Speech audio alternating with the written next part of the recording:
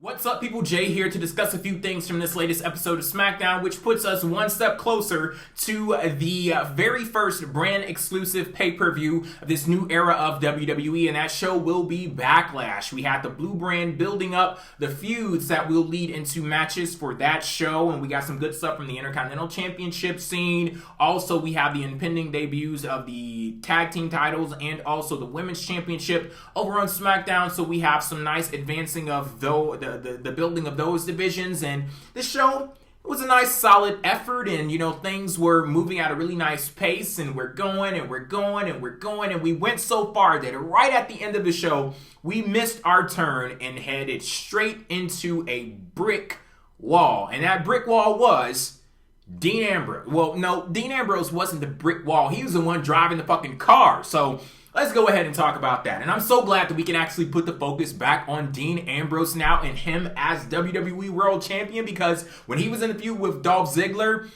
that, we had bigger fish to fry in that case. But now I can actually put the focus solely back on Dean Ambrose, and I have to say, not liking what I'm seeing. So we have the show closing out with Dean Ambrose having AJ Styles crotched on the top rope, and just really left a bad taste in my mouth, because I wish that WWE would have had more respect for the fact that AJ Styles just beat John Cena squeaky clean at SummerSlam, and have respect for that loss, dealt to their biggest star, that feeling reverberated throughout SmackDown to the point where it was actually felt by the WWE champion, and not in the sense that Dean Ambrose is supposed to be scared of AJ Styles and he's cowering in the corner like a little bitch, like, oh my god, AJ Styles just beat John Cena and now he's coming after me, like I'm so terrified. Not like that, but just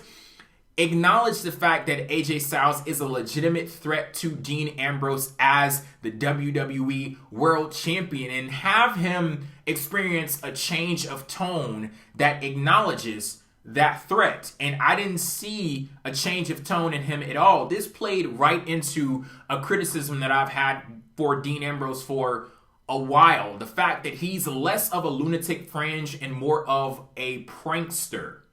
That's who he is. He's like, I said this before on PWF Empire Live, he's like the illegitimate love child of Stone Cold Steve Austin and Pee Wee fucking Herman. And it's a weird combination, but that's what I see when I look at Dean Ambrose. And him going the whole comedic route, it's just, I don't like it.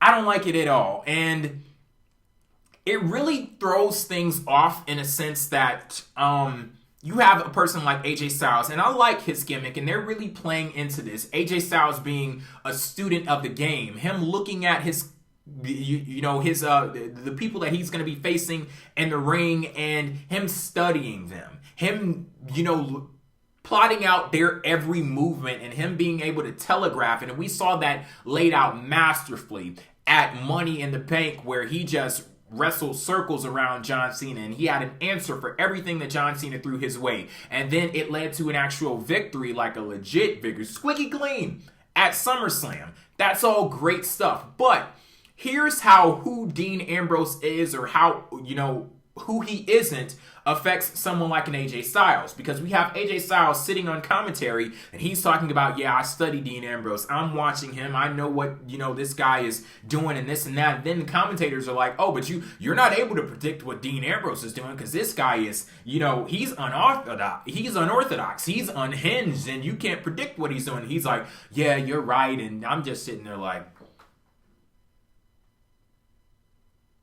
really? Like, don't lie to me with this bullshit. You can see what Dean Ambrose is doing from a mile away. This guy has slipped into a very formulaic way of competing in the ring, and it affects AJ Styles in the sense that he has to sit there and lie and talk about how Dean Ambrose is so unpredictable. Like, get the fuck out of here with that mess. This whole lunatic fringe thing is nothing but something that WWE can slap on a t-shirt and not actually have it play out in the reality of their universe. And it'd be so easy to just go with a different gimmick and stop forcing the whole lunatic fringe thing. And so many of my complaints towards Dean Ambrose would be thrown right out of the window. But where he stands right now as a champion and also as a character. I was looking at this match with him and Baron Corbin, them promoting this as a main event. I wasn't excited about this match at all. I didn't find it interesting in the slightest when they were promoting it throughout the night. And Dean Ambrose, in his current status as a champion and as an overall character, he can't carry a match like that. Because you look at a match like that, and for example, like AJ Styles and Apollo Crews, that had me interested enough where I'm like, okay, I could rock with this. And, you know, of course, AJ Styles is going to get the victory in that case, but you know that you're going to be provided with something interesting enough to at the very least hold on to your interest to where you're not like, get this shit off of my TV. And AJ Styles was able to accomplish that. Dean Ambrose, he's not at the level of legitimacy, even with the WWE World Championship, where I could look at a match like that and I'm like, okay, Dean Ambrose, I know he's going to get in there and he's going to carry my attention and he's going to carry this match to something that is interesting. And he couldn't do that at all. And then you got what happened after the match, and I'm like, Lord, what the fuck is this? Like, oh God, I do not want.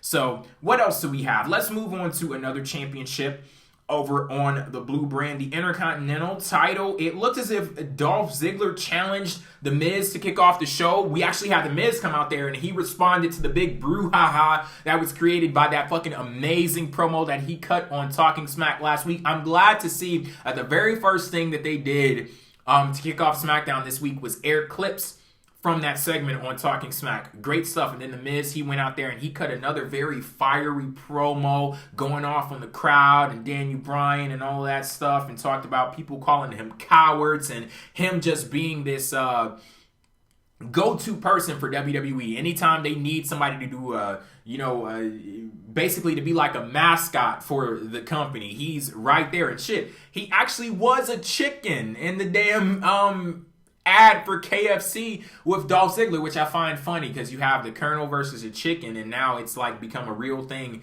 in WWE, this actual feud. But Dolph Ziggler, he comes out there after Miz's great promo, and he's challenging The Miz to a fight right on the spot. And I found a lot of what Dolph Ziggler was saying interesting in the sense that it was full of crap. Like, he was out there spouting off bullshit because he's talking about how The Miz just wants to be famous and he just wants a title so he can hold on to something shiny and he wants to be this big star, and that's the only reason why he's in WWE. And I'm sitting there like, well, dude, didn't you just get out of a feud with a person who was challenging you on your purpose of being in WWE? And he talked about the fact that you care less about winning than you do going out there and just stealing the show and having people talk about you and your performance, even if that performance wasn't leading you to success. Like, that's what you want. So I found that kind of interesting. Like, okay, you're not at a point right now where you can flip the script on The Miz in a sense where you're talking about he's the one that wants fame.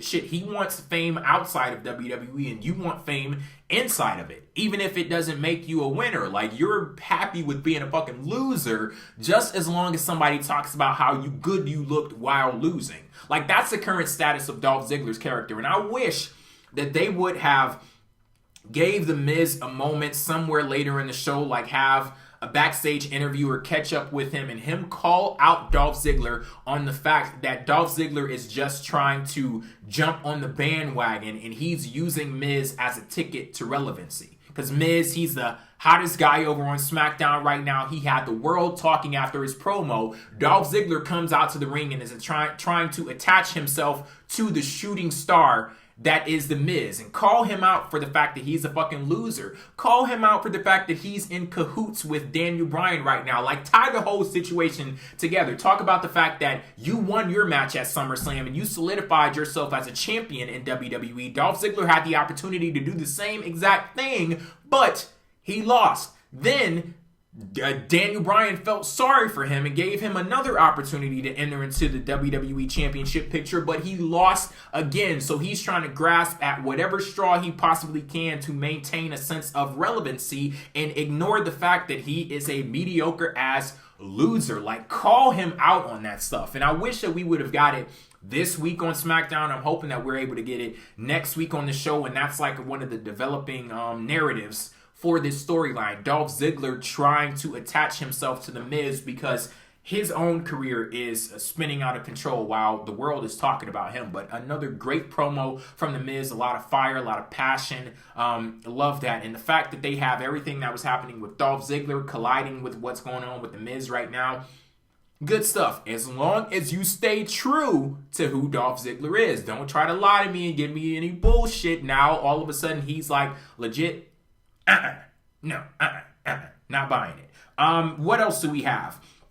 Randy Orton and Bray Wyatt. So Bray Wyatt is telling this story right now that Randy Orton is wounded, and Randy was talking about the scars that you have to worry about aren't the ones that you can see on the outside. It's the ones that, you know, are going on inside me and all of the voices and stuff like that. Look, can't really say that I'm really compelled to care that much for what's going on. Like, I can't say that this is like really like captivating stuff that has me on the edge of my seat. It's enough to the point where I'm like, okay, I'm listening and I want to see how this thing plays out on a week-to-week basis. And that's pretty much all that I can say about Randy Orton and Bray Wyatt at this point. It's not, it's nowhere near terrible, but it's not like captivating in a sense where I can't wait to see, like, I'm like, oh my God, what's coming next with these guys? And,